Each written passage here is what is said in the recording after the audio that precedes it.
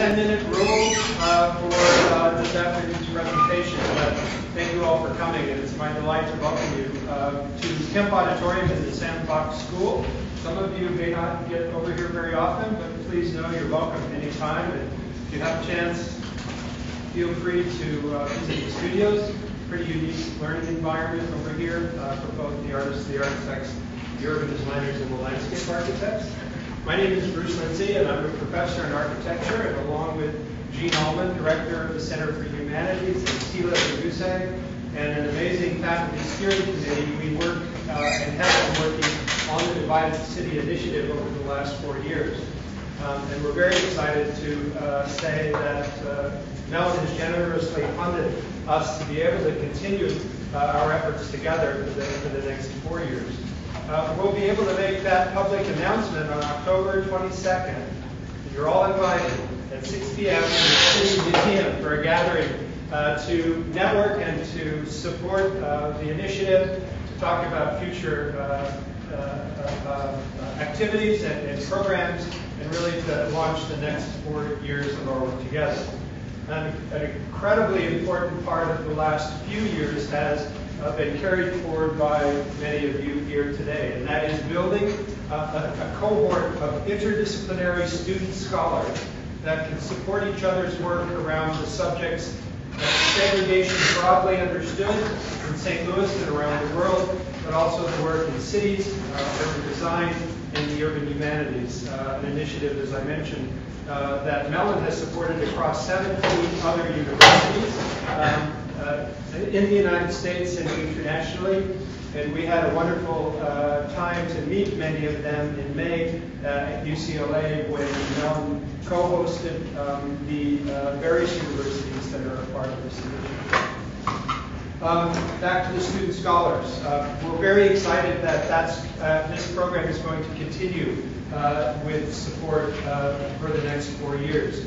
And your help in that is going to be incredibly important. But today we're here to review the work that you did, our graduate student fellows did this last summer. And we're also proud that for the first time, this is not only an interdisciplinary initiative within the schools and departments of Washington University, but between universities, with St. Louis University and Washington University. We hope that continues and grows as we will soon, probably early in January, be putting out a call for the grants for this coming summer. Before we jump right in, 2 other things I want to mention. Our urban design program for a number of years has had some pretty amazing workshops that we have had members, interdisciplinary members from across the university join, and I want to give a little bit of a plug for that. The first is in the fall. It's called the Informal Cities Workshop. It's held here in the Sam Fox School and brings an international figure to campus to lead a hands-on 3-day workshop and lecture and discussion about a topic related to informal urbanism. And we want to recruit students that are outside the Sam Fox School to participate in that, again with renewed and new funding for Mellon. A parallel workshop in the spring is a week-long workshop over spring break called the Lively Cities Public Life Survey Workshop. We anticipate that workshop to be held this spring in London. And again, we are looking for students who would be interested in participating. And it's great to be able to say that we have support, financial support for students to join that program, to travel to London, and again to have hands-on activities and programs with a phenomenal urban designer from Copenhagen. And so posters in the back. Any of these things that you're interested in, talk to Tila. She knows all the details and is very excited to talk to you about them and your possible participation. I think I've covered everything. Jean's on her way. She's looking forward to being here as well. And I think we're going to jump in with... Yeah, I'll just say a couple things. Okay, thanks. Just to reiterate what he's saying, if any of you are interested in the Informal Cities and the spring workshop, I have handouts, so just feel free to grab them on the way out. And then on the handouts that are provided to the graduate fellows, that's the list in order of how our fellows are going to present, because we're just going to go rapid fire next, so you can read about our graduate fellows on the handout that you have. Thanks, Sheila. And we anticipate being done by 1. Please help yourself to food as we begin to hear the presentations. So with that.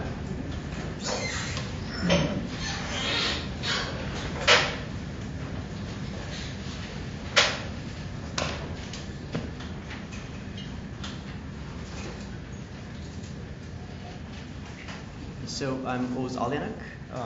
I was in Strasbourg this summer to produce a documentary. I'm an anthropologist. I'm a 7th year in PhD program here. And today I'll talk about how this summer went, how the documentary project went, what were the failures and successes, etc. So this summer, for approximately 6 weeks, I revisited Strasbourg, a site where I've been conducting research since 2013. My stay had 2 purposes. First, to collect more data on a dissertation chapter that I'm currently working on, which situates itself in Strasbourg's migrant-populated neighborhoods, also known as quartiers. And second, to produce a short documentary on one of Strasbourg's and France's notorious quartiers, namely Neuf, NHF. You might want to put it in a presentation. Sure. Yep. Perfect. So Neuf, NHF, which you see on this map presented with the letters NHF. For the documentary, I would rely on the expertise of a documentary maker, Monsieur Ahmed Kaya, whom I have met in 2016. He would accompany me to filming in the quartiers and assist me with editing and montaging later on. Based on over 15 months of stay in Strasbourg and prior socialization and research in Neuf, I had initially thought that producing a documentary would not constitute a problem. During my prior visits, I had been greeted warmly, and my interlocutors, who are 2nd and 3rd generation immigrants born to Turkish parents, were willing to accommodate my requests. My visit this time was more intense, partially due to our aim of producing a documentary. While my interlocutors were fine chatting with me about their daily routines, they were more hesitant towards having their faces displayed in front of the camera for broader audiences. The first week, I tried to rebuild the rapport I had initially established in 2016 by revisiting Neuf. First, the Barreau section, which is on the upper left corner, and then the Demi-Lune, which is on the right bottom corner. Where was I? Okay. But, so I revisit these 2 sites. But I was told that producing a documentary in Neuf would not be possible. Part of the reason had to do with fear that I could be working for the French state, and the quartiers, which were already under police surveillance, are prime spots for drug dealing and trade of stolen goods. Not only would the camera capture illegal activity, but the very presence of it, and my very presence in the quartier, was bad business too. After all, me being there with a cameraman would attract the police even more and distract customers from visiting the quartier. The fear, though, also had to do with their hesitation towards being portrayed as quartier boys. Even though I had told them that I just wanted to document everyday life and not things like this, which is what you often see in the quartiers, burned cars, etc. That is, to tell an alternative narrative of the quartier based not on violence, and this is a short video, drug dealing or gang fights, but rather on their sitting around all day playing cards, smoking cigarettes, chatting with each other, riding their scooters and bikes. They were still not willing to collaborate. Many, as I was to find out, had been in and out of juvenile correctional facilities numerous times. Others were serving multiple sentences in Strasbourg's Elzor jail.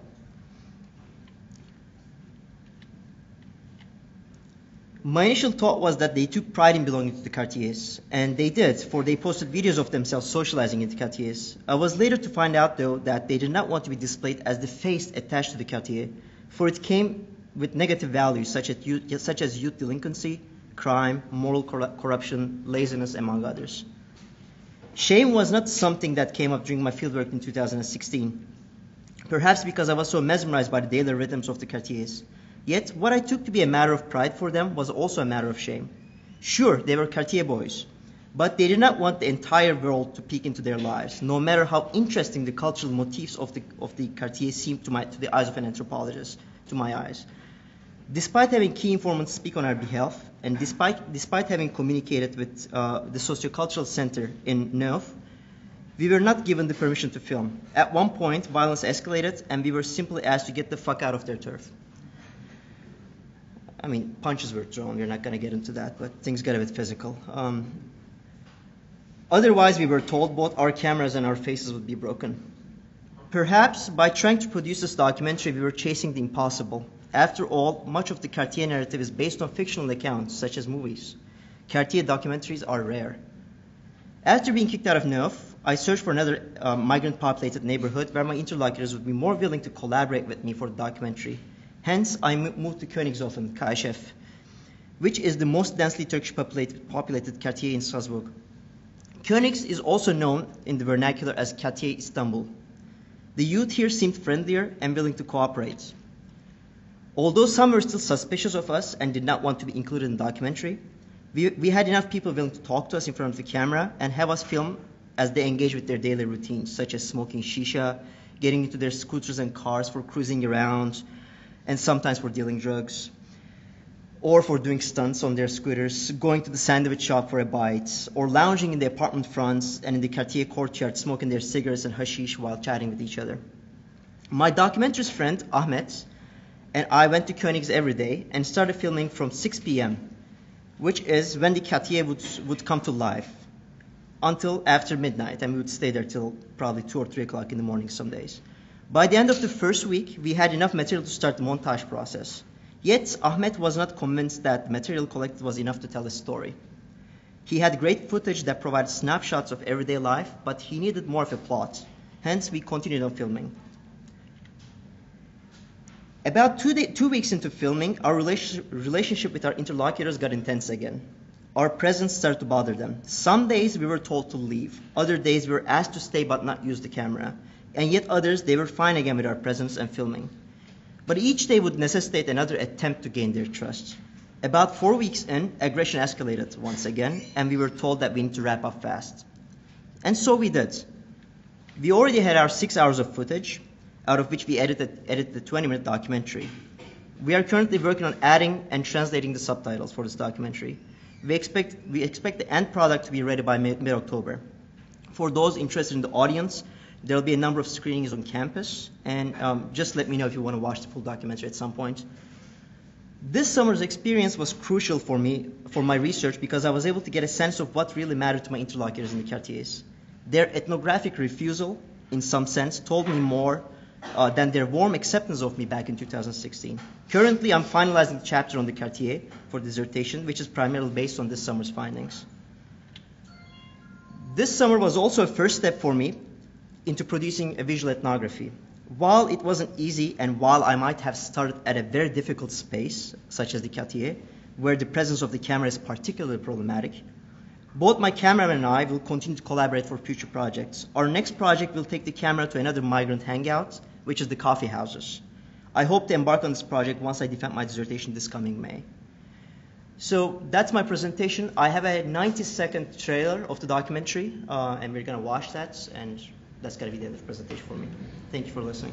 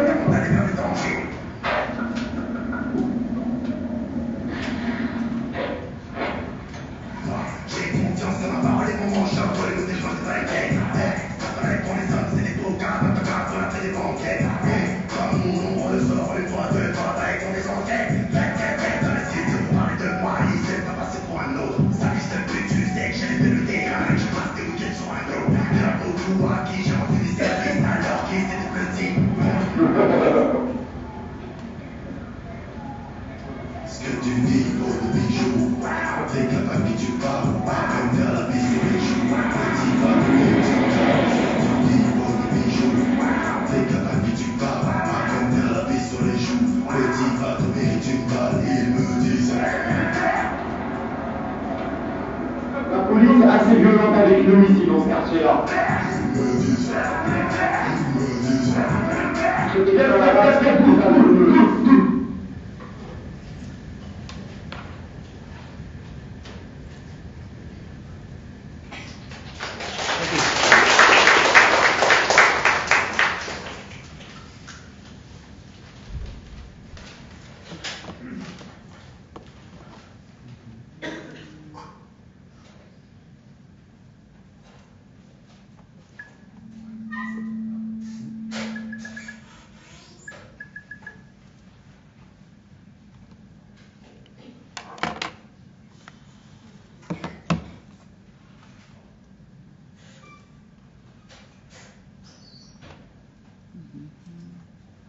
Hi everybody, my name's Mark, and I'm going to start this thing from the beginning. Okay. So I study the emergence of airports as a new kind of urban infrastructure in Berlin, Nairobi, and Istanbul, following people like this man, Leonard Adler, who was Weimar Berlin city planner and established the Tempelhof Central Airport and Berlin Airport Authority in the 1920s. Thanks to the Divided City Fellowship, I was able to spend time in British and German archives, participate in a workshop on the Great War and environmental history, and travel to the German Meteorological Observatory and Museum in Lindenberg, Germany. All of this allowed me to continue to think about how to reconcile the complex history of world wars and the transformation of rural airfields into urban airports. A framework that I've found productive over the course of the summer to think about this transformation is as a continuation of a war on nature waged by states during the First World War. What makes Berlin central to my study are the numerous airfields, towers, and water landing sites that punctuated the airport authority's expanding urban infrastructural landscape, one which was admired, envied, and feared around the world in the wake of the First World War. But there was resistance to this expansion as well. In 1926, a working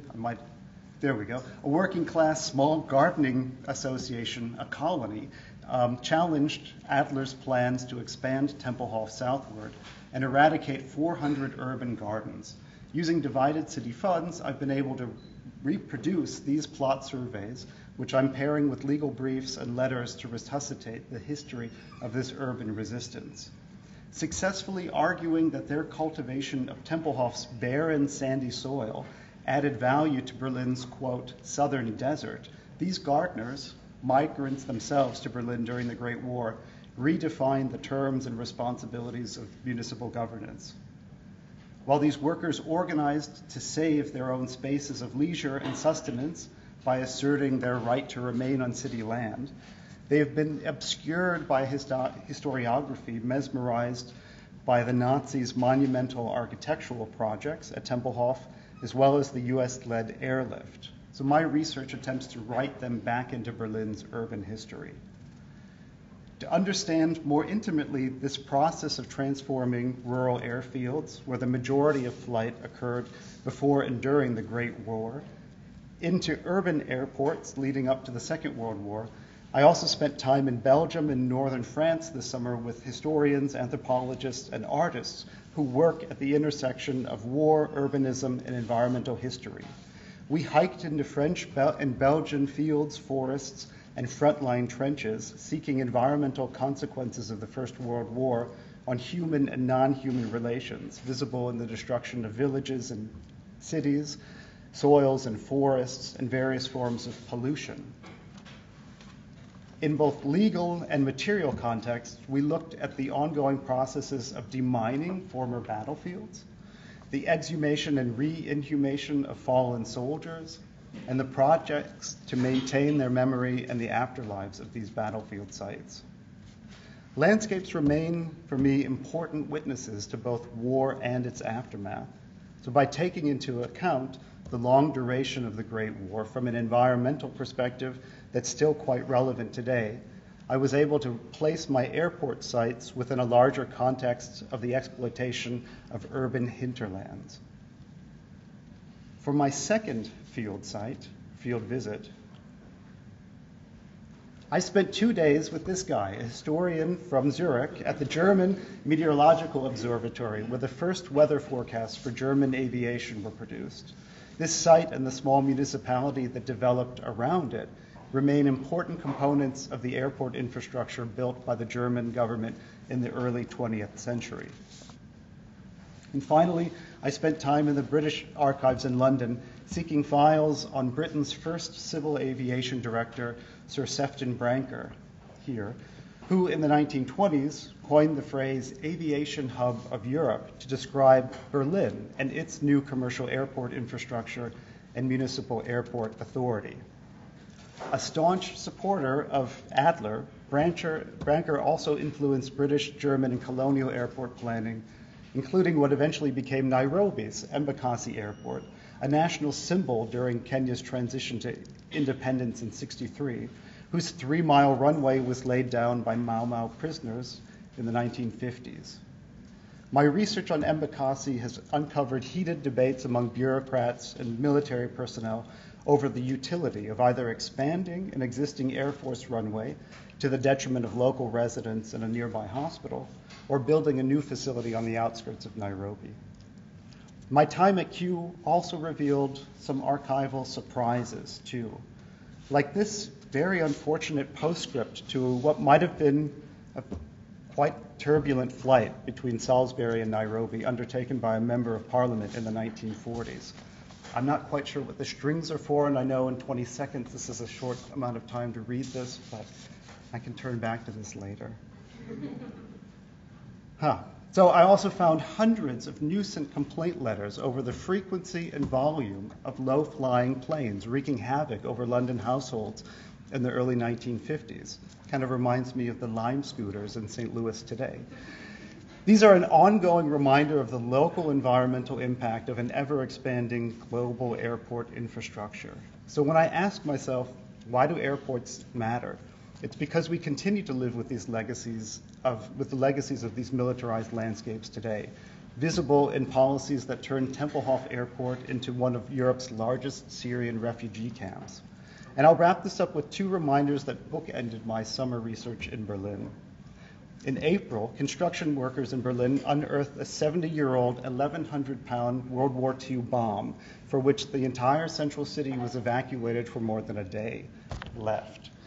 And in August, firefighters struggled with a forest fire whose thick smoke caused early morning panic as flames threatened countless unexploded World War II munitions at ground surface. So I want to close by thanking the Divided City leadership, Jean, Bruce, and Tila for funding my project, my advisors for supporting this, especially Nancy and Tim, and thank you for enabling me to make important context and deepen my conceptual framework of this project, and for allowing me to complete both this presentation and my dissertation on time. Thank you.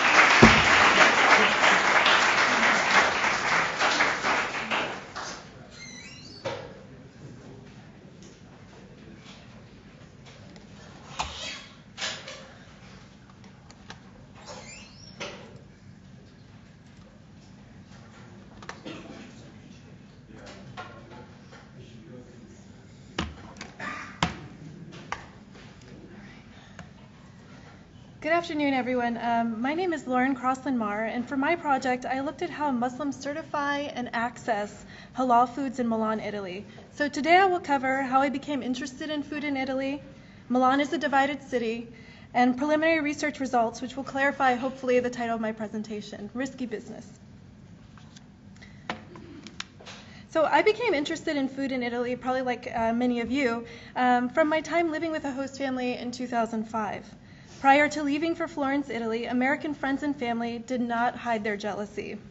They all told me I would enjoy the best Italy had to offer, and to them that meant pizza, pasta, and of course gelato.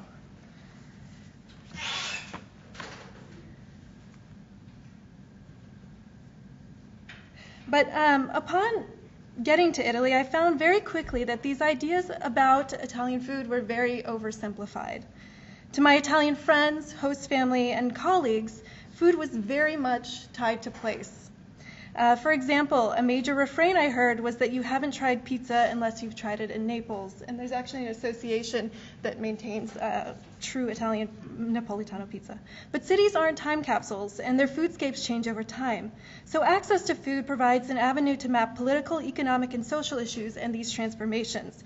So by investigating access to food in a city, my study means to uncover partially these complex relations. When beginning this project, I noticed two themes prevalent in Italian media about food, access, and politics of difference. First, starting in Milan in 2009, anti-mosque movements used pigs, both live and deceased, to desecrate current and potential mosque sites, hanging pig body parts and walking pigs around these sites. And second, I noticed that ethnic foods, including kebab, were being banned from city centers like Milan, as well as Venice, Genoa, and Rome, under the guise of UNESCO World Heritage Guidelines. Through headlines such as these, I became aware that food is a potent divider in Milan, especially when it came to Islam. So as I've shown, food is critical to the politics of difference in Milan, and much of the media covers those who are using these symbols of food against Muslim communities. But I wondered, how do Muslims feel about this, and how are they accessing their own foods?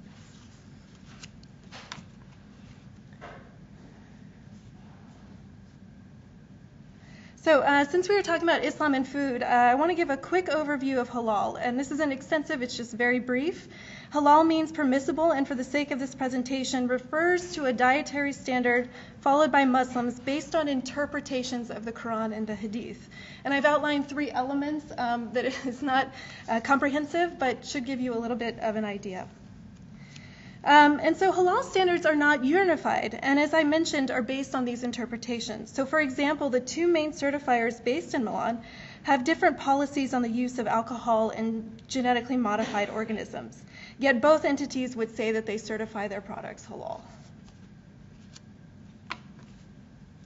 And these certifications ensure that complex production processes are halal by reviewing ingredients lists and performing usually annual audits. It is important to note consumers can make their own judgments on if a product is halal, but halal certifications are a helpful tool for consumer decisions.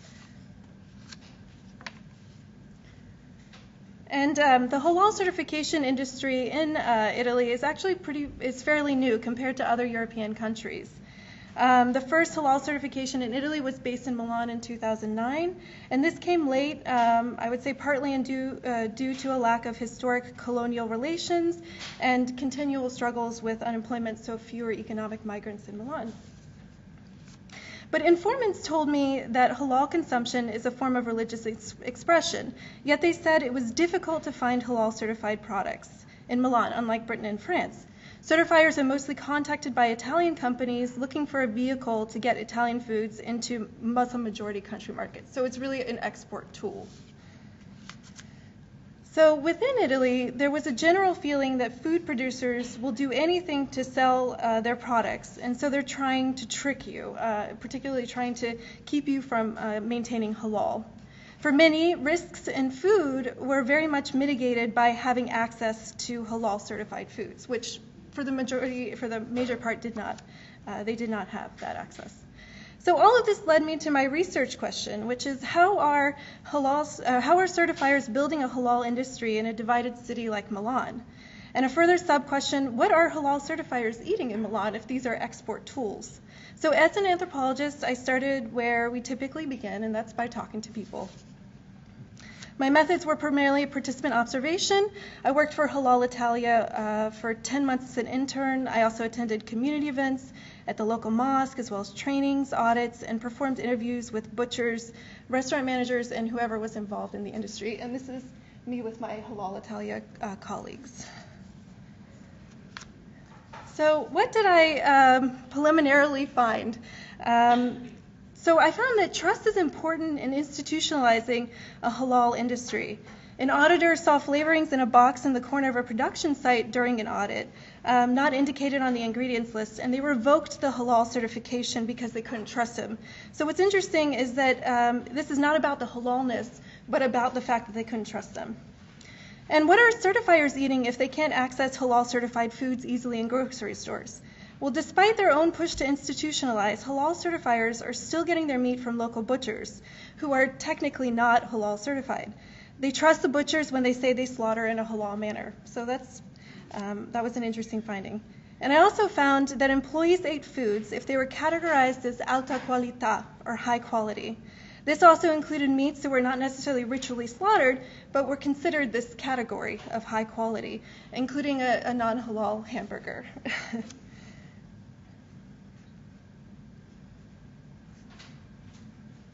So to sum up, many Muslim consumers feel as though food producers are trying to trick them. So they rely on their trust networks to navigate what is permissible to eat.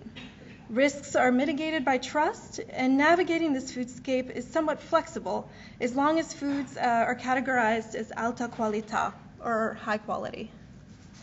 So thanks very much for your attention. I'd like to thank the Divided Cities Initiative for the opportunity to speak to you today and for funding this project, as well as the Department of Anthropology and the Graduate School. Thanks.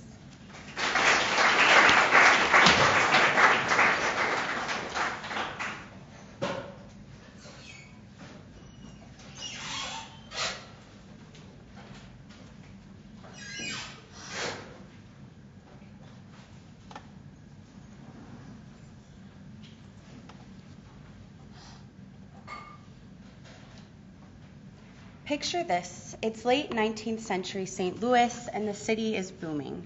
The city is leading a campaign to become the nation's capital. It's overcoming devastating cholera epidemics and disastrous tornadoes. It's welcoming a population approaching 600,000, building the world's first all-steel bridge, and finding pride in world-renowned breweries and shoe factories. As it is lesser known, however, St. Louis is also a sought-after center of photographic innovation. The city boasted studio portraiture, manufactured camera technology, hosted daguerreotypists, and was home to the St. Louis Camera Club, one of the oldest in the nation. My project considers this lesser recognized history of photography in St. Louis. This summer, my work focused on the discovery of primary source material, sampled here, for my eventual dissertation project. Central to the project is understanding how reading images of and from St. Louis can teach us something new about the visualization of gendered and racialized bodies at the turn of the century. In 1877, John H. Fitzgibbon, together with his wife Maria, a self-identified accomplished photographer, began publishing an illustrated monthly magazine, the St. Louis Practical Photographer, from their studio-turned-publishing house on North 4th Street. The magazine itself is a treasure. It details best practices in photography, features editorials from artists across the country, introduces readers to the latest technology, and even has a humor section dedicated to jokes about photography.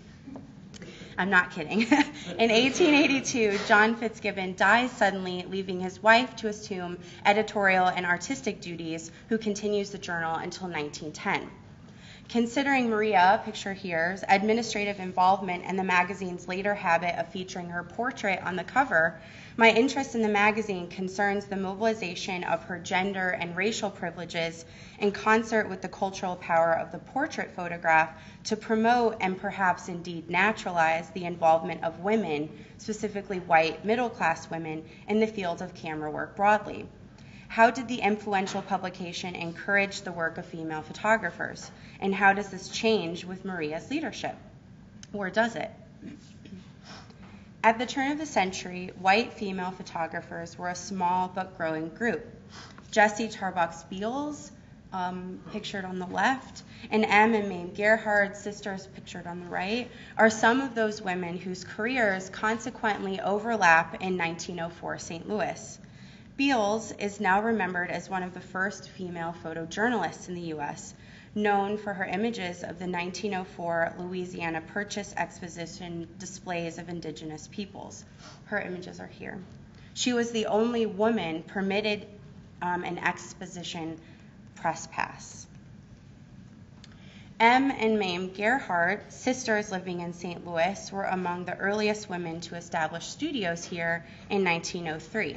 They were known for their portrait photography, Helen Keller is on the left and Jane Addams on the right. And later, for their studio portraits of Indigenous people, also featured in the 1904 exposition. To me, the Gerhardt sisters' images are especially interesting when viewed alongside Beals's. So these are their studio portraits that they took. I wonder how can the Gerhardt sisters' respective works, Beals from inside the fair and the Gerhardt sisters from outside, be read against one another? What can the insider versus outsider perspectives of Indigenous people, albeit both from that of the colonizing race, tell us about the visualizing of race, imperialism, and empire? On the left are Beals's images featured in the World's Fair Bulletin, September 1904, and on the right, a studio portrait of Otabanga by the Gerhardt sisters. In addition, I'm also considering how images that don't directly feature people can visualize race and difference. For example, progressive reformer Charlotte Rumbold relied heavily on photographs for her influential 1908 report on housing, in which people are largely absent. Rumbold, though not a photographer herself, carefully directed and curated photographs of one North Side district to mobilize and persuade voting citizens. How do her images compare to the accompanying report? Do they contain the same messages, or do the images say something about reform or the city that the text does not? Similarly, my project considers how the city was representing itself visually. How do early 20th century city postcards, like the one on the left, and stereo cards represent the city? What is featured and why? Or how do images commissioned by the Board of Public Works, like the one on the right, enlighten how race and difference structure the way the city was lived in? Overall, I'll use these images to ask, when city spaces are visualized in architectural terms, what or who is erased? That said, my project also considers what this might reveal. I examined St. Louis city directories from 1850 to 1920 to map the name and location of individual photographers and studios to visualize where in the city photographic activity was taking place. The discovery of this source, though, led me to wonder about those not featured in city directories. The 1909 Centennial Guide of Negro Enterprises lists 2 such photographers. Going forward, I'll focus on finding those not featured in city directories. How do images by photographers of color compare to images by white photographers in enterprises? What kind of city do they represent? To do some of this work, I've begun with historically black newspapers like the St. Louis Argus and the St. Louis American. I hope to discover work of photographers not featured in city directories or in other newspapers circulating at that time. The primary sources uncovered through my research this summer have provided the visual foundation needed to enlighten an understanding of how reading images of and from St. Louis can teach us something new about the visualization of gendered and racialized bodies at the turn of the century. They have given much to consider about who and what were included in and alternatively excluded from such visions. As I move forward with my research, it is my hope to use these sources in a dissertation project that addresses how race, place, and gender can, when examined together, enlighten our knowledge about the practices of looking. Thank you.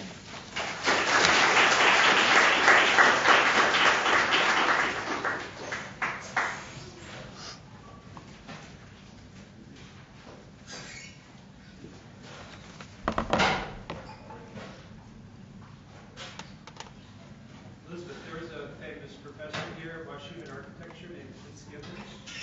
Really? 60s and 70s and 80s, yeah. I don't know if there's any relation. I don't know. Do you know Sissy Lax? Amazing photographer. She got her PhD at SLU. And taught at Ferguson for 25 years. Ceremoniously fired because of an incident with some students. Incredible. She just moved to Chicago.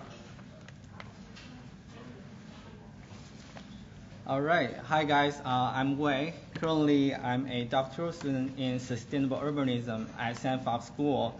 And today I'll be talking about my summer research that entitled Using Space Syntax to Understand the Built Environment in St. Louis. So this started by looking at the current obesity rate in neighborhood.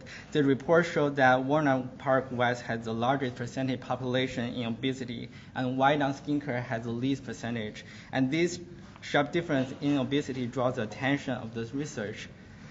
Walnut Park West is a black-dominated, low-income neighborhood. By contrast, Wyandotte Skinker is a predominantly white, high-income neighborhood. And empirical studies also prove that the race and income that both correlated with the obesity. In addition, many studies have demonstrated that quality built environment is positively associated with more walking behavior and decreasing obesity. To date, two primary methods have been used to capture built environment features related to walkability. One, self-reporting of how people interact with the environment. Two, objective assessment using environmental tools. But however, accurate measurement from urban planning discipline is very, very limited.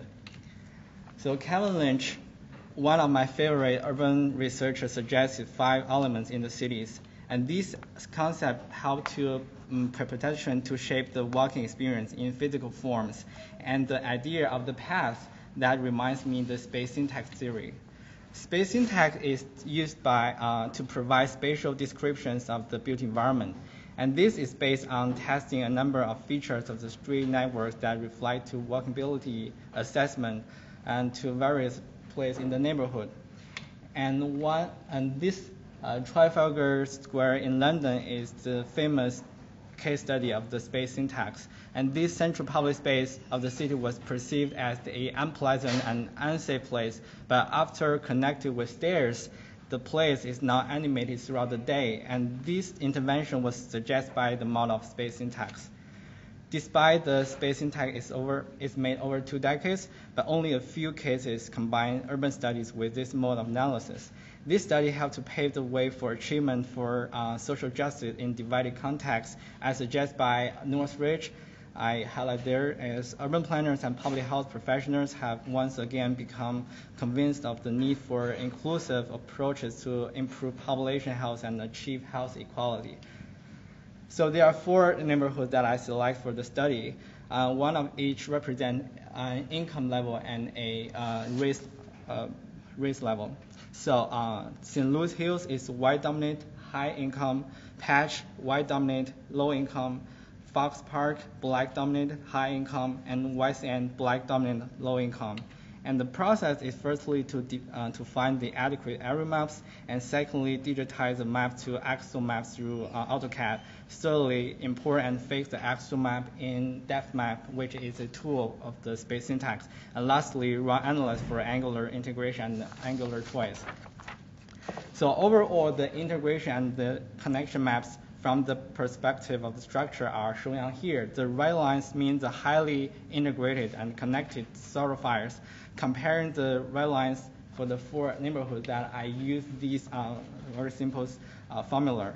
The result is not very perfect because people walking in the street cannot have a sense of the street configuration because we're not the bird in the air. So then I turns into run the angular integration and angular choice, which means that we can sense the streets through the angle of each intersections.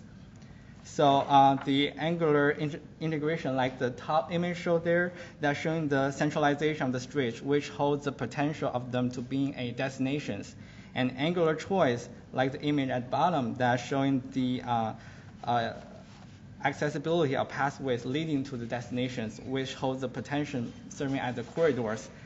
So these 2 slides showing the angular integration and the angular choice of the 4 sites.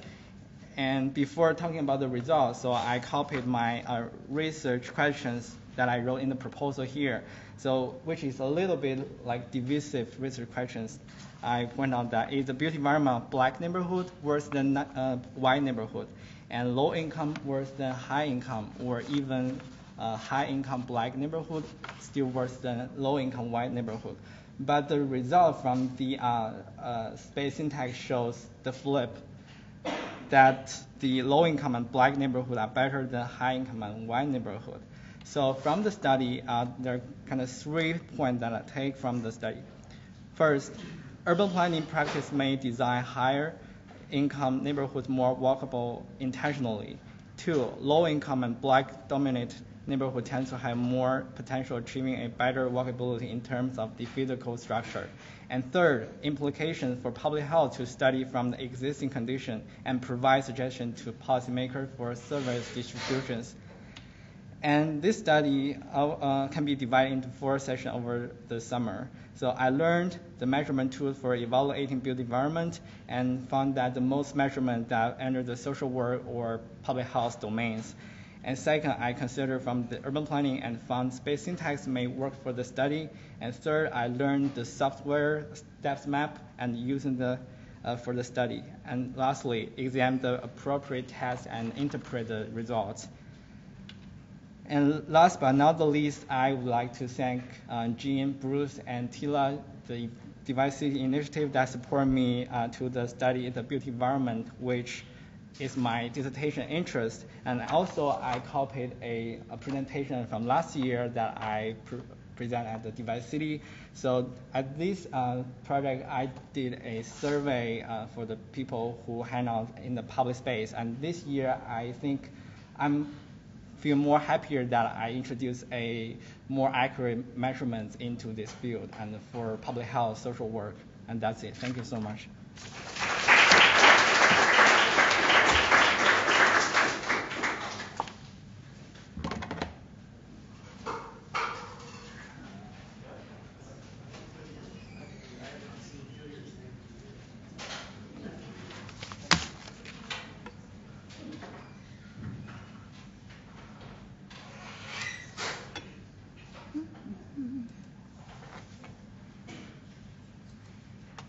Black boys and men across genres grapple with life amid urban crisis in the 20th century. Consider Richard Wright's Native Son, James Baldwin's Go Tell It on the Mountain, the poetry of Langston Hughes and Amiri Baraka, and among many others, a film like Boys in the Hood. Black boys and men's depictions in urban America are prevalent. However, the experiences of girls and women often go overlooked and understudied, which brings me to Girls in the Hood, representing gender, race, and class in urban narratives. Black women writers provide a window into the ways social, economic, and environmental ills shape Black girls and women in urban settings. This leads me to ask, what do these depictions convey about their experiences as gendered, racialized, and classed bodies within urban contexts? To answer this, I performed close readings of the poetry of Gwendolyn Brooks, Sonia Sanchez, Tracy Morris, and Jessica Care Moore, and the novels of Ann Petrie, Polly Marshall, and Angie Thomas. Now, I use an interdisciplinary and intersectional approach that draws from African American literary studies and urban history to pay close attention to the larger historical systems that shape Black girls and women's lives. Across genre, era, and setting, my primary finding is the theme of confinement. Black girls and women's lived experiences reveal that they are trapped economically and racially, personally and professionally, psychologically and physically, intersectionally. So let's take a look at 4 of the texts. The young girl speaker in Brooks's 1945 poem, A Song in the Front Yard, is confined by her mother to their yard. Why? To shield her from urban dangers. Through an internal monologue, the girl admits her desire to venture beyond the confines of the domestic sphere. However, Mom knows of the city's hazards and lures from her own personal explorations or inherited caution. In either instance, the forced immobility of the Black girl coming of age in the city prohibits her from experiencing the world she inhabits. Now, the speaker of Moore's 1995 poem, Black Statue of Liberty, is an urban Black working class woman who declares, I am the walking, talking, breathing, beautiful black statue of liberty. Still, even she is confined. The speaker divulges her social restrictions by exclaiming, I'm a symbol of freedom, but I'm still not free. I suffer from class, race, and gender inequality. See, her threefold marginalization stresses just how constrained she is, hence social confinement. Also, the speaker insists on being honored with her image on a stamp or her name written in wet cement. Yet, when we consider this in the context of the recurring theme, these ways of honoring her remain limited in theory. Even in her wildest imaginings, she remains static, immobile, entrapped.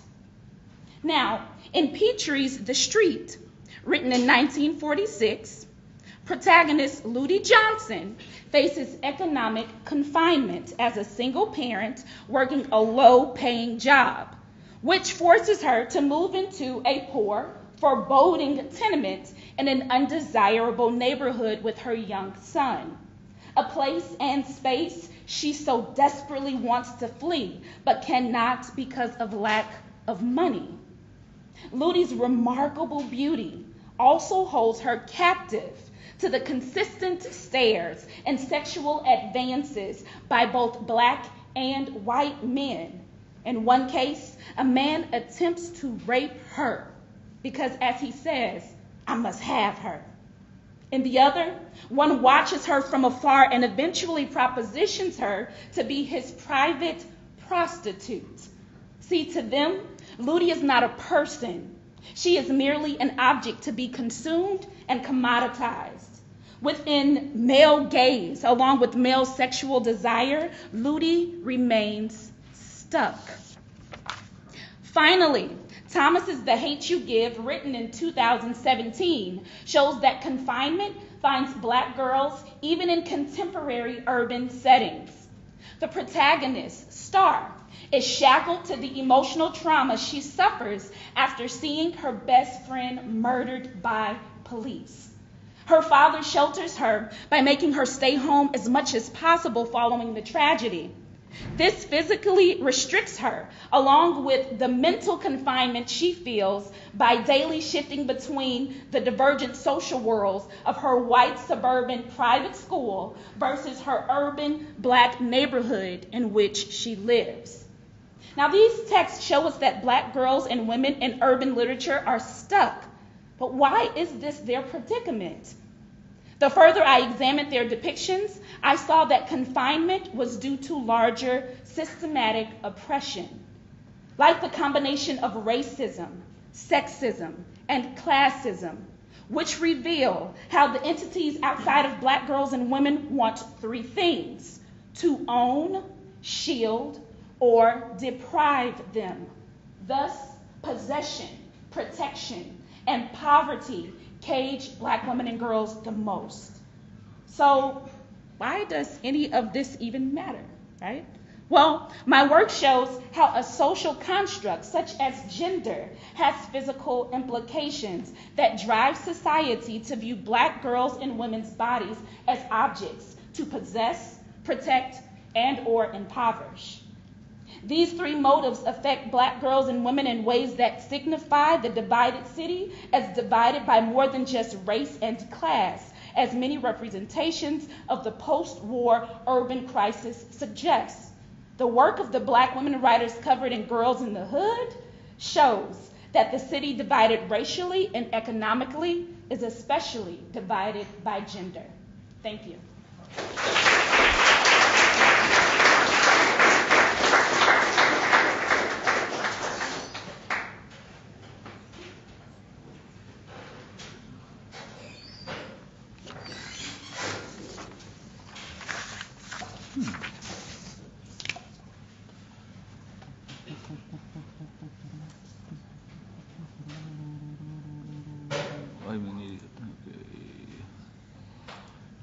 So hello, I am Santiago Rosso Sanchez. I'm a fourth year student in the PhD in Spanish, and I do a Latin American Studies certificate.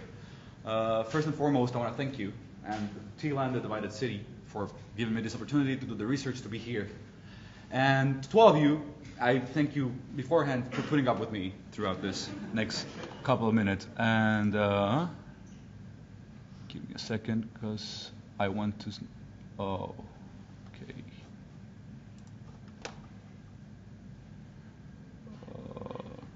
No, I'm looking. I need to the presenter. No, but no, because I have notes here, so I need the presenter's perspective or something like that. Sorry, told you. I thank you beforehand. Slideshow. I don't know where to do it here. Okay. Yeah, but the problem is from the beginning. I have notes, but I'll have to read them. No, the notes are that because you have to there's a thing called presenter's view, but it's not here somehow. On the monitor. Here? No, the other end of the right. Oh. No. Use presenter's view here. Thank you. But it's not. Okay, let's go for it. Whatever. No, it's not working. So, yeah, whatever.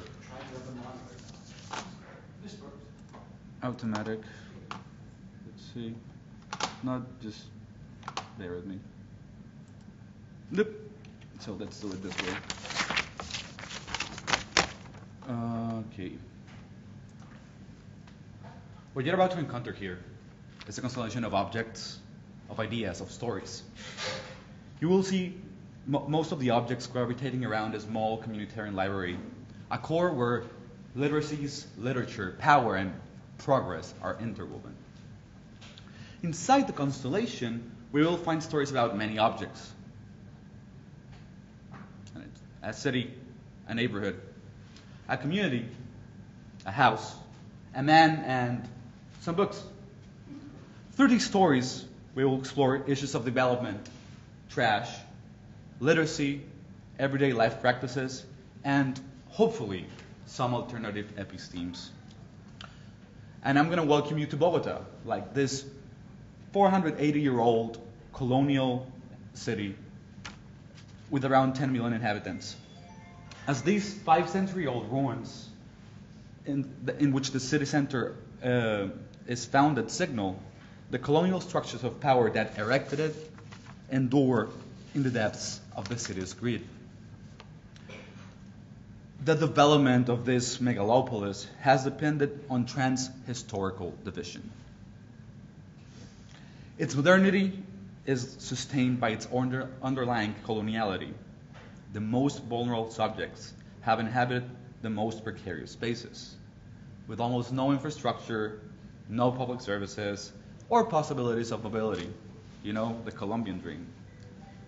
A paradigmatic and recent expression of the inherent divisions of socioeconomic distribution is the stratus or strata system, which has reshaped Bogota's urban landscape and further divided the city throughout the last 30 years.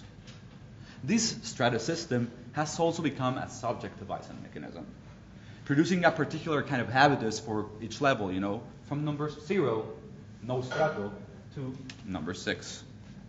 Spaces constructed by displaced subjects, the side effects of war and modernization. La Nueva Gloria, neighborhood where the library is located, is one of those spaces, a product of forced internal migration from rural areas, where paved streets and an aqueduct don't hide its slummish origins, but emphasize it. We are at the margin of an already peripheral space, a place that seems to be in a fold, in the middle of the skirt of the Andean mountain range, but trying to stay anchored, at least to the ground. And in the middle of this neighborhood, and in a precipitous street, we see a white house with 2 floors, and a quote from Borges framing the door. Jose Alberto Gutierrez was working as a garbage disposal truck driver when he found a box full of books next to a dumpster. This ignited a journey for salvaging books. With this former rubble now restored as cultural artifacts and the help of his family and community, he started this project. After a while, Gutierrez started considering the city was full of boxes waiting for him to find them, and picking up books without a future was his task at hand. He picked them up, the ones abandoned as if they were almost trash. He was to shelter them, find them new readers, give them an afterlife. And this rack-picking process repeated itself every other night. He kept on salvaging them, rehabilitating them, and treasuring them into his shelves, until hundreds, thousands of books were stacked in his house. It seems excessive, almost an abuse. And so, the seeds of a communitarian library were sown. La fuerza de las palabras. A space to read, take, and give books. The strength of words. A space where adults, teens, and kids from Bogota's outskirts can share their reading experiences with each other, exploring and encountering the affect and potentialities from pages taken out of the trash. And we're there. We're in an afternoon, and we're looking at a small group of kids, between 7 and 10 years old. They're being guided throughout a loud reading of traditional nation-building fables by Rafael Pombo. The reading finishes, and Mr. Gutierrez, when they're done, asks them, "What do you think? How they felt?" This person, a person that hasn't gotten his GED, has become the center of the community. And then we ask ourselves, what is happening here? Why is at stake on a setting like this one? How do reading practices function simultaneously as processes of liberation and of ideological interpellation? Is there a clear-cut answer? And we approach the kids, we go to them, we talk to them, and realize how misguided we've been and how things have gone through this. And we say that it's probably both. The Foundation's impact on the community are broader than simply strengthening its social fabric. One of its most important aspects come from the practice of reading, of communitarian structures it produces, and the effect of both these things have in the way community members imagine themselves. Literacy is a device of subjectivation. This project showcases how the development of shared literacies and reading practices from the bottom produce subjects that may transcend ideological apparatuses, articulating circuits of communal readers through horizontal relations of power. There's a great example of this, which is a network of smaller communitarian libraries run by single mothers. Through them, we can see how reading practices produce communal structures that destabilize hegemonic models of family and private property, promoting a more supportive idea of motherhood, where shared communal responsibility supersedes the atomization of private life and the weights of it thing. And we're almost finishing, and we go back to the rack picker. As in the case of the Baudelaire rack picker, the tension that ignites this project is one between waste and literature. The material processes for Gutierrez enterprise is the formation of somehow privileged trash into cultural capital for the disenfranchised. The colonized enter and contact with the ruins of culture, and this generates the material conditions for a library of the oppressed. We've all been told books and literature function as cornerstones for human progress or development. Confronting this, rack picker practices, the material transformation / reanimation of cultural rubble, and everyday practices of communitarian reading produce fissures in our understanding of culture and human itself. All our poetic epistemic desires occur inside the colonial library. It is undeniable that granting cultural access to underprivileged subjects is an important step towards the construction of class consciousness, the possibility of solidifying horizontal communities, and open up new paths towards social justice, of course. But nevertheless, the ideology of progress and human development is highly problematic. Are the master schools ever going to dismantle their house? How can cultural and sentimental education that has its roots in colonial epistemes and disciplinary strategies help us intervene in the socio-symbolic order? Are we trapped in this dichotomy? Or is the power of words putting us out of here, getting us out of here? Muchas gracias.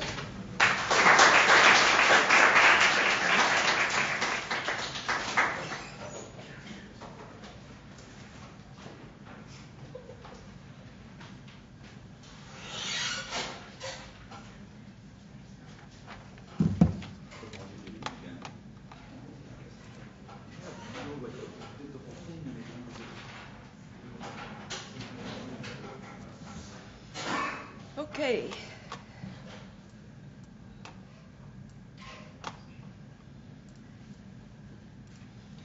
I'm Anna Selimovic, and the title of my talk is The Balkanization of the American Midwest. Its main question, other than what do the Balkans have to do with the Midwest, centers on narratives of racialized minority subjectivity that emerge through migration. I focus on contemporary novels, meaning the stories literatures tell with regard to migration, belonging, and this new word called foreignness that's thrown around in our day.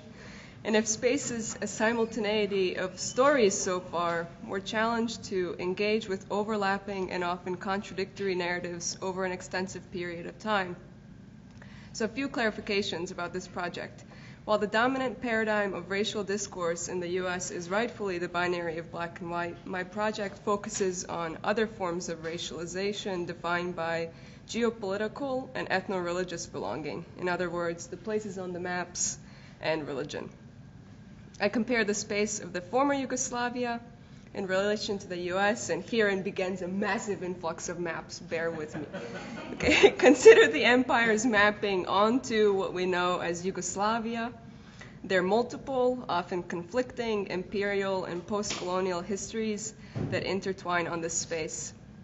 Moreover, the former Yugoslavia involves other empires than the ones usually under the purview of post-colonial studies. The Ottoman Empire, the Austro-Hungarian Empire, the Russian Empire, and the American Empire. Expectedly, this is not the narrative in the public discourse.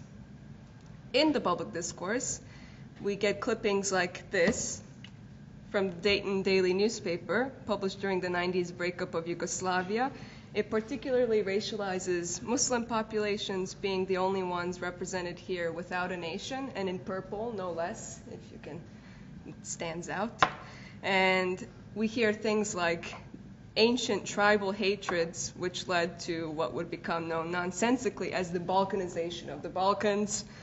And let's not forget this article that was timely came at Trump election era about America's invisible Muslims, invisible because they were white, and it was about the Bosnians in St. Louis. If you didn't know, they are Muslims. As Yugoslavia's provinciality thus grew in these narratives, Ohio took on a worldly air. The world watched Dayton as the peace agreement ending the war was brokered there. On the other hand, copious declassified evidence shows the profiteering opportunities that were negotiated as the US, Russia, France, England, Germany, the EU at large, divided Bosnia into ethnically cleansed areas based on a complicated ethno-religious network involving Catholic, Muslim, Orthodox, and Judaic traditions. Languages and literatures reflect this history. What was once called Serbo-Croatian is now at least 7 separate languages, melded with German, Turkish, English, and more. So for example, here there are 3 identical sentences uselessly reminding you that you'll die from smoking.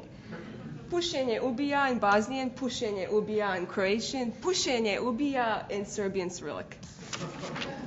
And there are at least 3 ways to tell history.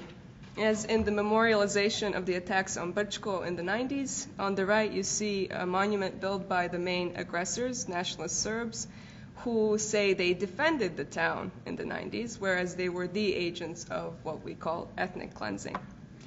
Today, the governments can't agree on what to do with 13,000 refugees from the Middle East who are attempting to pass through Bosnia. So while Bosnia continues its recovery from the 90s, the refugee presence is adding to debates on the economic crisis, but also about identity and belonging, and accelerating the growth of divisive xenophobic politics. So racial discourse there is taking on a markedly Western tone, as seen in this quote from a Catholic daily newspaper from Croatia. If I knew that one day they would move a haven for asylum seekers here, I'd buy an apartment elsewhere. I'm not racist, but I get uneasy when I see groups of black men aimlessly wandering around the neighborhood and watching our children.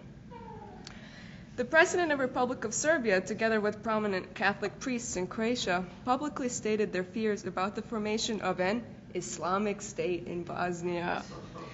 They have arrived, one newspaper reads. What now?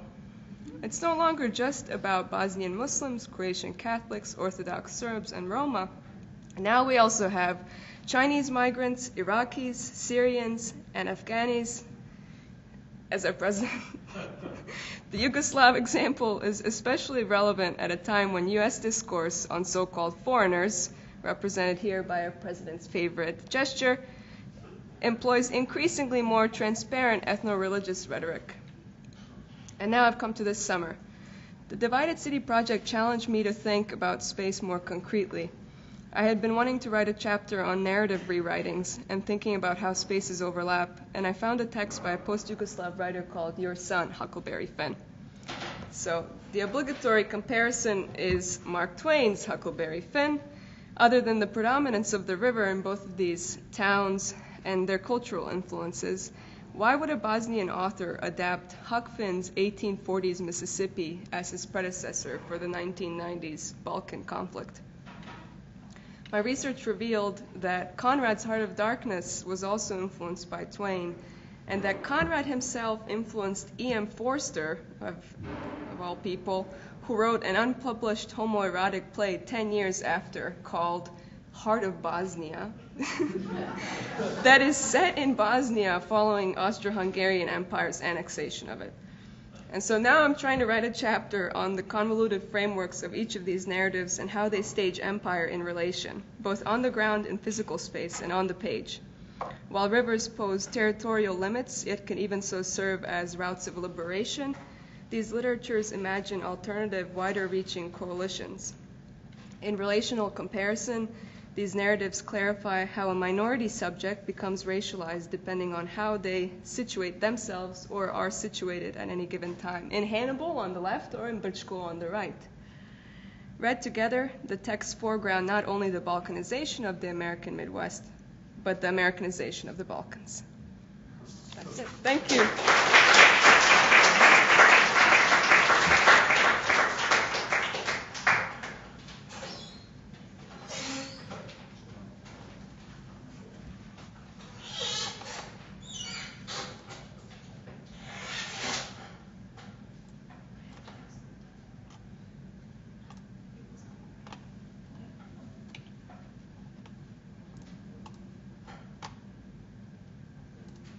Yeah, sorry for the image that is cropped out at the border, but thanks to the Divided City Initiative and Andrew Mellon Foundation and the school, I had the fortunate opportunity to visit Sri Lanka over the summer to look at a port city that is very much under limelight of media right now. And the city is located on the southern coast of Sri Lanka called Hambantota.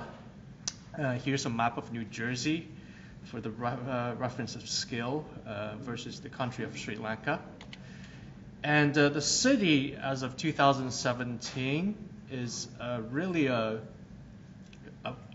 collection of patches of villages together, sewed together with this kind of highway network, as well as predominantly, as you can see here, this very Cartesian geometry that is a port that is being built and recently completed by Chinese capitals in Sri Lanka. Forest Park as well for your size reference here. And the town, actually, in the past 10 years, as a brief kind of history running through it, in 2005, just a year after it was hit by the tsunami in the Indian Ocean, which most of the media coverage were focused on Indonesia, but nonetheless this part of the world was also affected. And this old city center, a good portion of that was wiped out.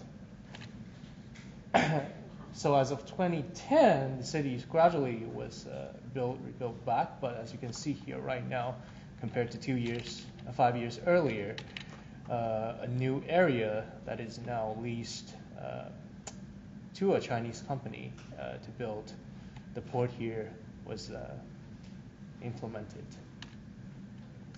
And here's the port area, and to support really building this port, there's large swaths of land for resource extraction. So all the concrete and all the foundations and all the landfills and reclamations for the land were really taken from the periphery and the further inland of this part.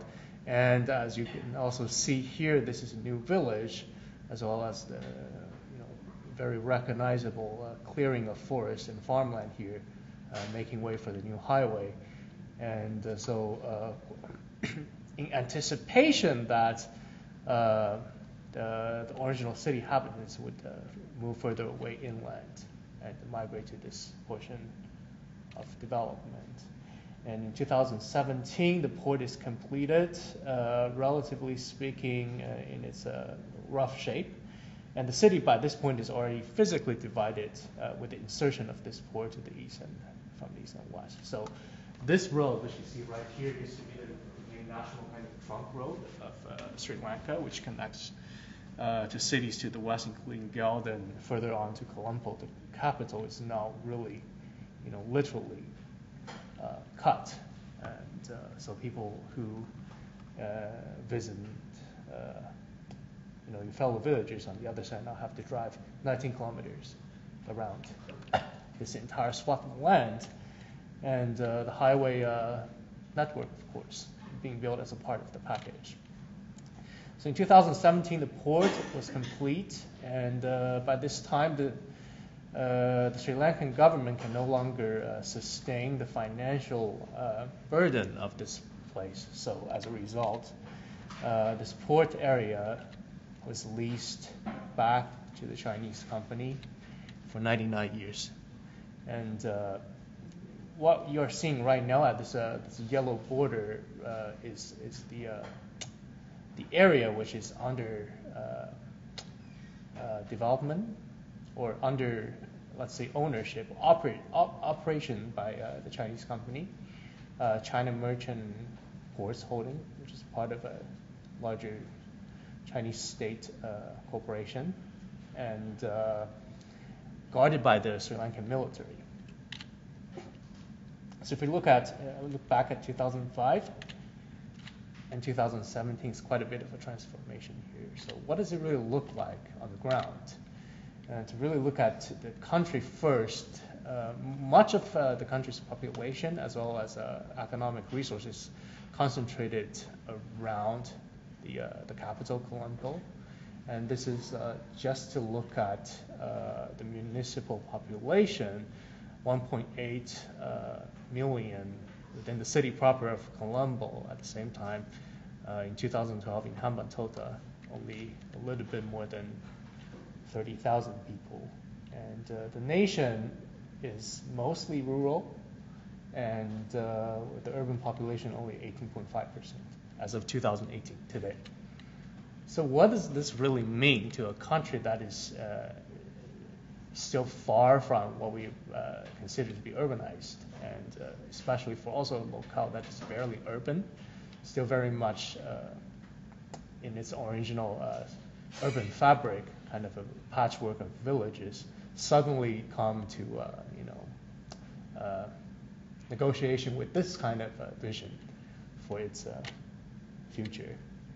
So I identified a few different topics and a few different zones within the domains of architecture and urbanism, and to really started to visit them as a survey, and to look at only the paths, let's say literally the roads are as such.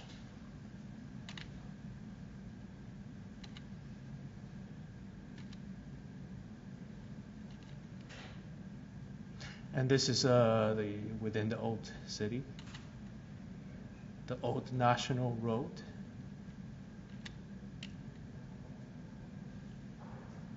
Within one of the newly built villages, within one of the cleared forest, which yet is to be inhabited by people, and a slightly less built up version of that.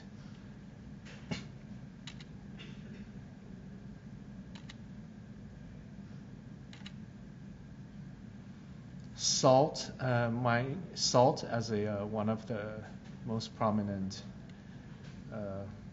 economic resource, income source for the for the locals, fishery, within the Shangri-La hotel resort complex. New natural gas canister being built. Trouble with dealing with this influx of new items.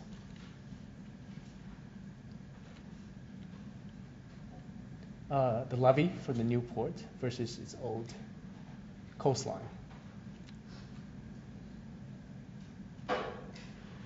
And the place, of course, is full of promises, as the plan suggests, but also has a lot of different players and stakeholders intertwined with this.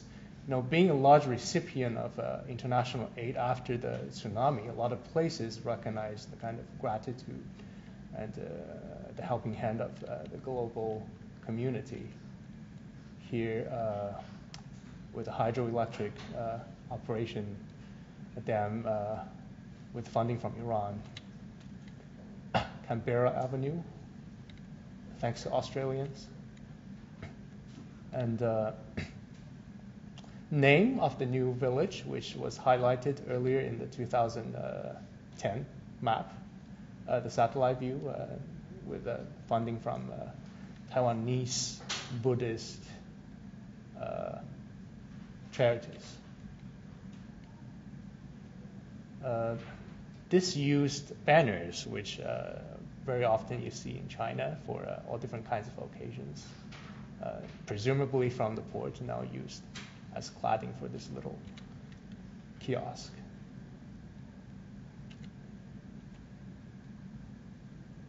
And messages from different political parties, including the communists, and behind that is the Shangri-La hotel resort, $250 US per night stay.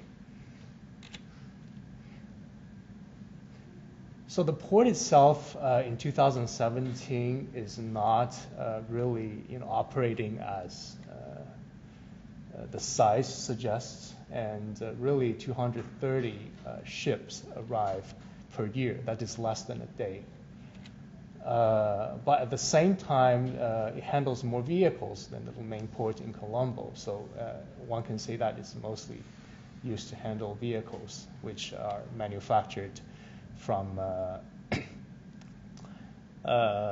East Asia, as well as from India, and onwards to different markets. And 30 more seconds. Okay. So that's the comparison kind of between the two narratives, the two realities of the place now, and new residents in new areas versus old residents, hospitals, convention centers. To the left is a house after the tsunami built, designed by Japanese architect Shigeru Ban for disaster relief. To the right, the government's vision for their own new headquarters. Construction activities. Destruction from the tsunami and destruction of the landscape to make the port.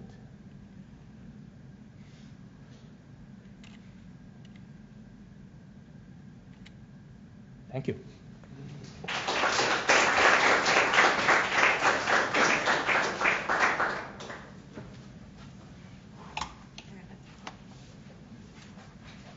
So let's give our graduate fellows another round of applause. That was great.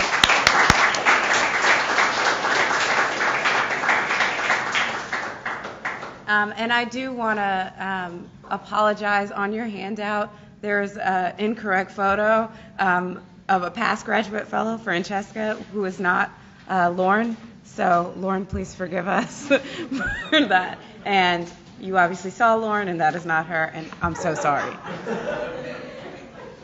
So take a handout on the informal cities and the spring seminar on your way out, too.